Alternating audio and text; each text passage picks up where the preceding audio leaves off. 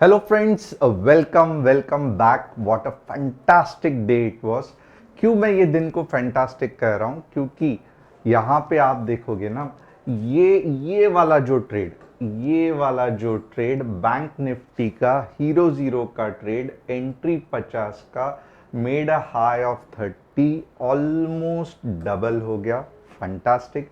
इसके बाद अगर आप बैंक निफ्टी के सभी ट्रेड्स देखोगे, मॉर्निंग में जो फॉल आया था ना, 150 पॉइंट्स कैप्चर हो गए। चलो स्टॉप लॉस भी हिट हो गया, सेकंड इसमें टारगेट भी हिट हो गया। टोटल आप यहां पे देखोगे तो 168 points in bank Nifty capture कर सके। निफ्टी में 15 पॉइंट्स का लॉस हो गया। हमेशा मैं कहता हूं कि चलो आप ये पूरा मत कंसिडर करो, 90 पॉइंट्स भी अगर बैंक निफ्टी में मिल रहे हैं, -20 पॉइंट्स भी निफ्टी में मिल रहे हैं, तो भी आपका दिन बहुत अच्छा जाता था। अब आप पूछोगे कि ये क्या है, ये कैसे है, हमें कैसे एनालिसिस मिलेगा? तो सबसे पहले तो स्टूडेंट्स ग्रुप में ये एनालिसिस पूरा का पूरा हमने किया था। आपको अगर ये एनालिसिस चाहिए जो कि एजुकेशनल पर्पस है, तो चैनल को सब्सक्राइब, बेल बटन को हिट, और डिस्क्रिप्शन में जो व्हाट्सएप कम्युनिटी की लिंक है, आप यहाँ पे जो स्क्रीनशॉट्स है वो देख सकते हो। ये व्हाट्सएप कम्युनिटी की लिंक, अब अगर आप ज्वाइन करोगे, हमारे इस फैमिली के साथ जुड़ जाओगे, तो यहाँ पे हम बहुत सारे एनालिसिस फ्री में आपको करके देते हैं। तो आज का तो दिन फैंटास्टिक गया। प्लस आज मैं क्या करने वाला हूं, तो अपार्ट फ्रॉम दिस, यानी कि निफ्टी बैंक निफ्टी का तो एनालिसिस करने ही वाले हैं, बट मैं हमेशा आपको कहता हूं कि आप सेशन के एंड तक बने रहना। क्योंकि आप यहां पे देखोगे ना, आईआरएफसी का स्टॉक जो बहुत अच्छा चला था, बाद में आप देखोगे एचसीएल टेक, आईटी कंपनी कब ऊपर आएगी, टाटा पावर, सब पावर स्टॉक्स ऊपर जा रहे हैं, प्लाजा केबल, केबल के स्टॉक्स क्या ऊपर जाएंगे नहीं जाएंगे, ये चार स्टॉक्स का आपका एनालिसिस, यानी कि यहाँ पे गजन जी का, सैयद जी का, संदेश जी का, दिनेश जी का, आपका एनालिसिस मैं सेशन के एंड में करता हूँ, निफ्टी बैंक निफ्टी के बाद। और आपको ये देख के पता चलता है कि कौन सा ऐसा पॉइंट है जहां पे मैं एंट्री करूं, कौन से ऐसे स्टॉक्स हैं जो भले ऊपर जा रहे हैं बट मेरा एंट्री करना रिस्की हो सकता है, और कौन से ऐसे स्टॉक्स हैं जो टोटली मुझे बचना है।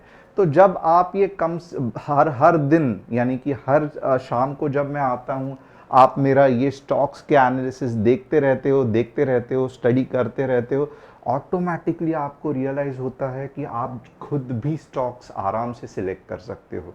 तो ये जो चीज़ है, मिस मत करना। अब आइए चलते हैं निफ्टी के एनालिसिस पे, और आपको पता रहेगा हमेशा मैं निफ्टी का एनालिसिस कैसे करता हूं। तो थोड़ा सा बैकग्राउंड कवर करता हूं कि कल मैंने क्या कहा था, ऐसे होगा वैसे होगा, और उसके बाद में कल क्या, यानी कि फ्राइडे को क्या होने वाला है, ये भी मैं डिस्कस करता हूं। ओके। अब यहां पे अगर आप देखोगे ना, 15 मिनट्स का चार्ट में, एक तो मेरा व्यू क्या था कि निफ्टी 40-50 पॉइंट से गैप अप होगी। तो चलो 40-50 पॉइंट नहीं, आप यहाँ पे देखोगे तो 20-30 पॉइंट से यहाँ पे गैप अप तो मीन्स हो गई, यानी कि हाई बन गया, गैप अप हो गई। बट यहाँ पे आप देखोगे ना, एक अच्छा खासा सेल ऑफ आ गया। फंटास्टिक। ये सेल ऑफ आना भी जरूरी है। आपको कौन सा नंबर मैंने कहा था जिसके नीचे आपको बेरिश के बारे में सोचना है? तो आप कल का वीडियो, जो जो लोग, यानी कि जो जो लोग मेरा हर एक वीडियो ठीक से देखते हैं, मुझे नंबर बताओ कि कौन सा नंबर मैंने कहा था कि इसके आगे आपको पुट खरीदने के बारे में, बेरिश व्यू के बारे में सोचना है। आप 3, या मैं कहूँगा 10 सेकेंड देता हूँ आपको, फटाफट आप कमेंट सेक्शन में लिखना। एंड अगेन आपको भी चाहिए कि आपका कोई स्टॉक समझ में नहीं आ रहा है, कैसे ट्रेड करना है, क्या करना है, लेना है नहीं लेना है, आप मुझे कमेंट सेक्शन में पूछ सकते हो। तो जो नंबर मैंने कहा था ना, दैट वाज 19,980 के लगभग। मैंने कहा था कि अगर मार्केट आवरली में इसके नीचे क्लोज हुआ तो आप शॉर्ट के बारे में सोचना। और यहाँ पे आप देखोगे ना, उसके पहले क्या कहा था, ये पॉइंट के ऊपर, ये पॉइंट के ऊपर जो भी डिप्स आएंगे that will be a very good buying opportunity. तो आप देख सकते हो 3 बार, 1 2 3, 3 बार आपको बढ़िया सी बाइंग अपॉर्चुनिटी मिल सकती थी 15 मिनट्स के चार्ट में। अब क्या आपने इसका जो व्यू बनाया था उसका फायदा उठाया नहीं उठाया, मुझे कमेंट करके बताना। अब यहां पे नेक्स्ट चीज क्या है, थोड़ा सा ध्यान देना, ये जो रेंज है ना ये तकलीफ वाला रेंज है। ओके, क्यों? क्योंकि आप देख सकते हो यहां पे अच्छा खासा सेल ऑफ आ रहा है। ओके, और ये जो सेल ऑफ है ना ये अभी भी यहां पे सेलर्स बाकी है। आप कैसे, ये मैंने ये अंदाजा कैसे लगाया कि यहां पे सेलर्स अभी भी बाकी है? बहुत सिंपल है, क्योंकि अगर सेलर्स बाकी नहीं रहते तो यहां पे ये पिन बार नहीं बनता। तो कल हमारी स्ट्रैटेजी क्या रहेगी? तो वेरी सिंपल, अगर मार्केट 15 मिनट्स के चार्ट में, 15 मिनट्स के चार्ट में कुछ 20,160 के ऊपर कुछ ऐसी क्लोजिंग देता है, ओके, प्रॉपर 15 मिनट्स के चार्ट में proper closing with a green full body candle या पिन बार, तो हमारा नेक्स्ट टारगेट क्या रहेगा? यहां पे मैं बड़े बड़े टारगेट्स नहीं दूंगा, थोड़ा सा ध्यान देना।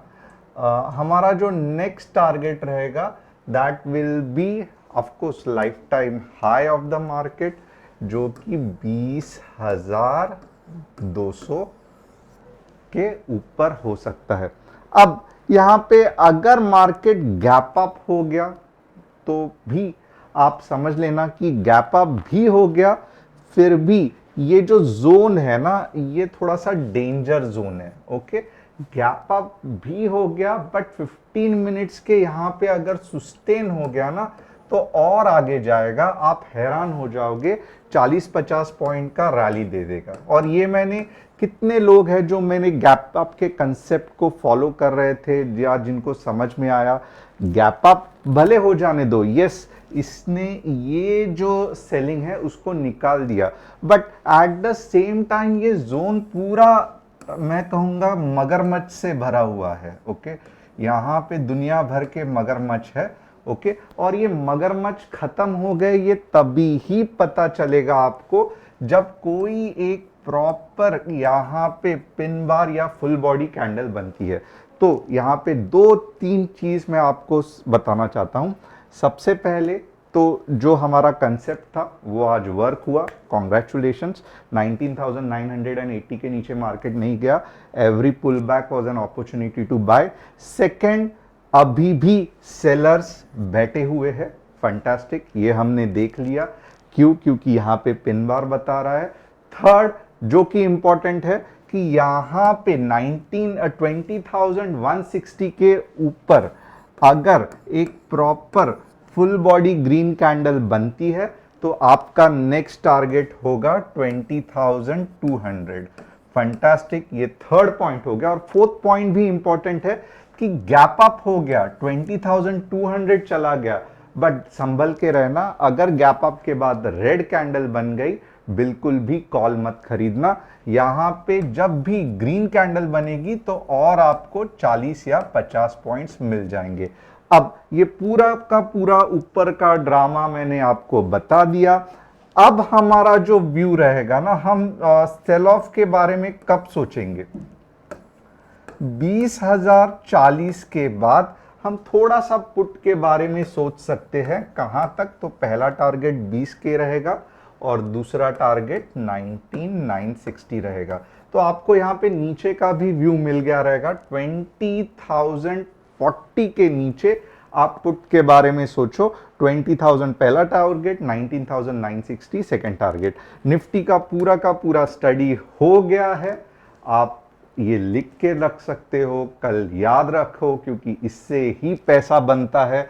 अब थोड़ा सा बैंक निफ्टी, आज जो बैंक निफ्टी में ट्रेड करने को मजा आया ना, आप हैरान हो जाओगे।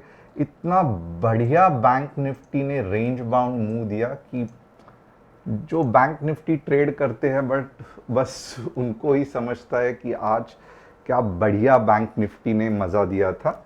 ओके, आप थोड़ा सा छोटे टाइम फ्रेम में देखोगे ना, आप हैरान हो जाओगे बैंक निफ्टी ने कैसे कैसे आज मुंह दे दिए।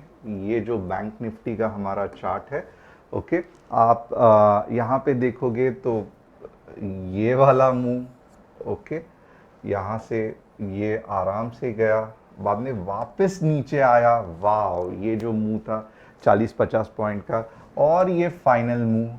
ओके, और यहाँ पे आप देखोगे ना सेम निफ्टी जैसा ही इशू हो गया है कि यहाँ पे सेलिंग प्रेशर दिख रहा है। तो 44,600 के ऊपर 15 मिनट्स कैंडल क्लोजिंग ही आप बैंक निफ्टी को 44,780 तक टारगेट करोगे, और 44,780 अगर ये पहला पॉइंट हो गया, 44,780 अगर गैप अप हो गया तो प्लीज संभल के रहना, जब तक ग्रीन कैंडल नहीं बनता है 45K का एक्सपेक्ट मत करना। डाउन साइड में हम क्या करेंगे, तो डाउन साइड मैं थोड़ा सा आपको डाउन साइड का भी कंसेप्ट बता देता हूं। डाउन साइड बहुत क्लियर रहेगा, 44,450, ओके, 44,450 के नीचे 44,380 यहां तक बैंक निफ्टी जा सकता है। तो ये नीचे का थोड़ा सा आप एनालिसिस देख लेना, और वापस ये एक स्ट्रॉन्ग सपोर्ट है, जो लोवेस्ट वापस जाएगा तो यहां से मैं ऐसे नहीं कहूंगा कि वापस ऊपर जाएगा, बट अगर नीचे गिर रहा है ना तो अब के बार ऐसे जाके ऐसे जाके ऐसे वापस हो सकता है। अब ये कंसेप्ट क्या है कि बहुत बार ये सपोर्ट को बैंग बैंग बैंग किया है, तो अब गिरना इंपॉर्टेंट है। और यहाँ पे और एक नेक्स्ट सपोर्ट है, तो यहाँ से रिवर्सल आ सकता है क्योंकि मार्केट अभी भी बुलिश है। ये जस्ट कंसेप्ट है, इंट्राडे में हमें और पता चलेगा। तो होप आपको आज पूरा का पूरा निफ्टी का कंसेप्ट, मगरमच्छ का कंसेप्ट, बाद में गैप अप, बैंक निफ्टी, ये सब कैसे लगा, आज आपने पैसे कमाए नहीं कमाए मुझे कमेंट करके बताना। जो अभी भी चाहते हैं कल का ये सभी एनालिसिस हम कैसे कैच करेंगे, कब करेंगे, अगर जानना है डिस्क्रिप्शन में व्हाट्सएप कम्युनिटी की लिंक है, उसे क्लिक करके आप हमारे साथ जुड़ सकते हो। अब देखते हैं हम बहुत इंपॉर्टेंट चीज कि ये स्टॉक्स का क्या होने वाला है। अब IRFC आप देखोगे, nevertheless a fantastic stock, okay, और बहुत ज़्यादा जूस बाकी है। आप यहाँ पे भी देख सकते हो, लास्ट टाइम लगभग 6 महीने लगे थे अच्छा खासा कंसोलिडेट होने के लिए। तो यहाँ पे अब ये इसका कंसोलिडेशन फेज है। मुझे लगता है कि इतने जल्दी, ऑफ कोर्स ये बहुत बढ़िया है बट इतने जल्दी नहीं, और मैं कहूँगा मार्च के आसपास या जून के आसपास, अगर आप इसके 2024 मार्च के आसपास, बट अगर आप मुझे नंबर पूछोगे ना तो मैं कहूँगा रुक जाओ, 85 के ऊपर जाने दो, उसके बाद आप लॉन्ग के बारे में सोचना। तो मैंने आपको टाइम फ्रेम भी बताया कि 6-7 महीने, अभी 2 महीने 3 महीने हो गए और 3-4 महीने रुकने बाकी है ऐसी सुपर मूव आने के लिए। अगर इसके पहले आ गई, कब आएगी, अगर 85 के ऊपर चला गया। ओवरऑल स्टॉक बहुत फैंटास्टिक है, बिजनेस भी बहुत सिंपल है, बट फिलहाल अगर आप एंट्री करोगे, मैं ऐसे नहीं कहूँगा कि पैसे लुट जाएंगे, ये सब इंतज़ार करना पड़ेगा। एक्चुअली सभी आईटी स्टॉक्स अभी तक जो इम्पैक्ट है वो नहीं आया है, इनमें जो बड़ी रैली है वो नहीं आई है, but HCL tech in that pack, of course mid cap KPI tech and ये सब बहुत ज़्यादा पावरफुल है, बट HCL टेक आप देखोगे कंपेयर टू इन्फोसिस, TCS, उस हिसाब से बहुत बढ़िया चल रहा है, एंड इनफैक्ट ये अपना हाई के आसपास आ गया है। ओवरऑल इट्स फैंटास्टिक, ऊपर ही जाने वाला है, बट यहाँ पे रेजिस्टेंस है, ओके, और ये रेजिस्टेंस कैसे टैकल करेगा ये इंपॉर्टेंट है। मेरे हिसाब से ये रुकने वाला नहीं है, 1400 के आसपास जाएगा, फिर जाके पुल बैक आ सकता है। तो यस, HCL टेक पे ध्यान देना अच्छा हो सकता है। टाटा पावर देखते हैं। टाटा पावर आप देखो, HCL टेक का सिचुएशन जैसे हो सकता था वैसे टाटा पावर का हो गया है। एग्जैक्टली यहाँ पे सेल ऑफ आ गया, ओके, अब ये सेल ऑफ नॉर्मली इसके नीचे नहीं जाएगा, 255 के नीचे वहाँ से वापस आएगा, और यहाँ पे अगर आप कहीं पे बाइंग करोगे तो अच्छा खासा पैसा with a good risk reward ratio कर सकते हो। तो यस, टाटा पावर भी अच्छा है, सीधा फिलहाल एंट्री के लिए सही नहीं है। ये स्टॉक बिल्कुल भी मीन्स ऐसे स्टॉक्स नहीं लेने चाहिए, क्योंकि ये ऑपरेटेड स्टॉक है। आप देखोगे कुछ ना कुछ गड़बड़ चल रही है इसमें, आपको मौका नहीं मिलेगा एंट्री और एग्जिट करने का, और नॉर्मल और मीन्स पब्लिक इसमें फंस जाता है। ये भले 109 110 दिखा रहा है प्लाजा वायर्स, बट ये बिहेव पेनी स्टॉक्स की तरह कर रहा है, and that too a operated penny stock, जो मैं बिल्कुल भी पसंद नहीं करता हूँ। तो ऐसे स्टॉक्स डेफिनेटली मैं आप सबसे, और ख़ास करके रिटेल ट्रेडर्स को, जिनके ऑफकोर्स हर एक रिटेल ट्रेडर का हार्ड एंड पैसा रहता है, तो मैं हमेशा कहूँगा कि ऐसे स्टॉक्स से बचना, क्योंकि यहाँ पे ऊपर जाते वक्त भी आपको एग्जिट का मौका नहीं मिलता है या सही एंट्री का मौका नहीं मिलता है, और जब पैसा निकलते रहता है तब आप देखते देखते आपके आंखों के सामने पैसा आधा या उससे भी कम हो जाता है। तो अवॉइड सच स्टॉक्स। बाकी तो कल बहुत इंटरेस्टिंग दिन है, क्योंकि मार्केट में तेज़ी है। कल वापस कुछ फंटास्टिक एनालिसिस करेंगे, हमारे साथ बने रहना। चैनल को सब्सक्राइब, बेल बटन को हिट, और डिस्क्रिप्शन में जो व्हाट्सएप कम्युनिटी है उसे क्लिक करके हमारे साथ जुड़ जाना। थैंक्स अ लॉट, कल मिलेंगे।